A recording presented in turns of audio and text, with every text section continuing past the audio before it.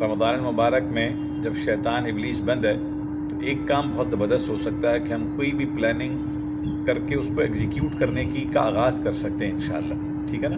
ہشام سرور صاحب I T کی دنیا میں بڑا نام ہے ماشاءاللہ، اللہ تعالیٰ بڑا کام لے رہے ہیں۔ ان کی کتاب ہے سیکھنا تو سیکھو کر کے، میں کتاب کا نام کسی وقت بتاؤں گا، بڑی زبردست کتاب ہے، وہ فریلی اویلیبل ہے، بہت زبردست کتاب ہے، بہت سیکھنا ایسے سیکھو کچھ ایسے کر کے کتاب ہے، اس میں سے ایک اقتباس پڑھتا ہوں، امید ہے آپ سب کو فائدہ ہوگا۔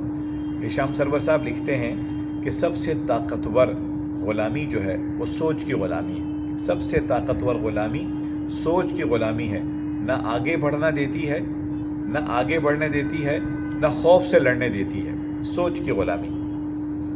اس غلامی کو توڑ کے ہی انسان کامیاب ہو سکتا ہے۔ پر سوال یہاں یہ پیدا ہوتا ہے کہ اب یہ انسان یہ زنجیر توڑے کیسے؟ یہ جو خوف کی، جو غلامی کی جو زنجیر بند گئی ہے ہمارے میں، ٹھیک ہے نا، اس کو توڑے کیسے؟ کیسے خوف کے بلند پہاڑ کے اس پار دیکھ پائے؟ میرے نزدیک ہشام سرور صاحب فرماتے ہیں، میرے نزدیک اس کا واحد حل عمل ہے، یعنی پریکٹیکل ہے۔ جو غلامی کی سوچ ہے نا، اس کا واحد حل ہے، اور وہ ہے پریکٹیکل عمل۔ ہر وہ چیز تب تک مشکل ہے جب تک آپ اس کو کر نہیں لیتے۔ جب تک آپ کسی کام کو کر نہیں لیں گے، سوچتے رہیں گے، ریلیں دیکھتے رہیں گے، شارٹس دیکھتے رہیں گے، کورس کرتے رہیں گے، یہ کروں گا، یہ پڑھوں گا، سیو کرتے رہیں گے چیزوں کو، اور جب تک آپ یہ نہیں کریں گے تو یہ سب سے پہلا قدم یہیں پہ اٹھتا۔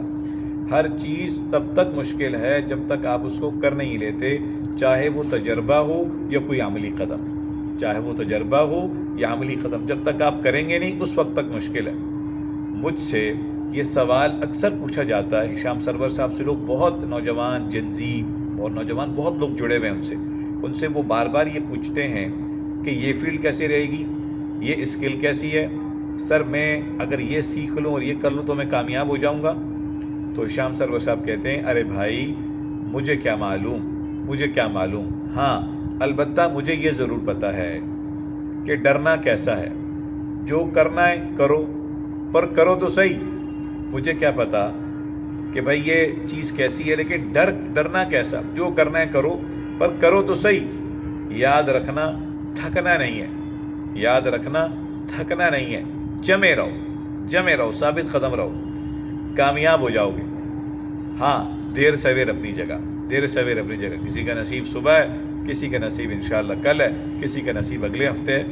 تو اس کا خلاصہ یہ ہے، رمضان کے اعتبار سے اگر ہم اس بات کو جوڑیں کہ بھئی شیطان بند ہے، سرکش شیاطین اور جنات اللہ نے بند رکھے ہوئے ہیں، تو اس کا مطلب ہے کہ زبردست اپورچونٹی کا یہ واحد مہینہ ہے جو ہمارے پاس اور کسی بھی مہینے میں یہ اپورچونٹی، یہ موقع نہیں آتا۔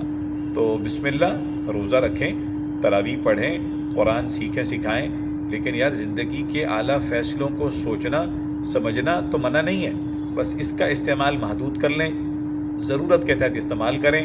راتیں آپ کے پاس ہیں، دن آپ کے پاس ہے، مانگیں اللہ سے، اور اپنی جو دعائیں آپ نے لکھی ہیں، ہاں دعائیں لکھنے کے اوپر انشاءاللہ ہم کبھی بات کرتے ہیں کہ دعائیں لکھنی بھی ہیں، اور لکھی ہوئی دعائیں اللہ سے مانگیں، اور کوئی نہ کوئی قدم، عملی قدم، ایگزیکیوشن اٹھا لیں۔ مثال میں یہ ویڈیو بنا رہا ہوں نا، یہ ایک عملی قدم ہے۔ میں نے سوچا تھا کہ میں کچھ اپنا تجربہ بیان کروں گا تو آپ سے بیان کر دیا، عملی قدم۔ اس وقت کیا ہے، شہزاد بھائی کا قرآن سنایا، بس اس کے بعد ہم نے کہا کہ ہشام سرور صاحب کی پوسٹ پڑھ دیں انشاءاللہ، ٹھیک ہے انشاءاللہ۔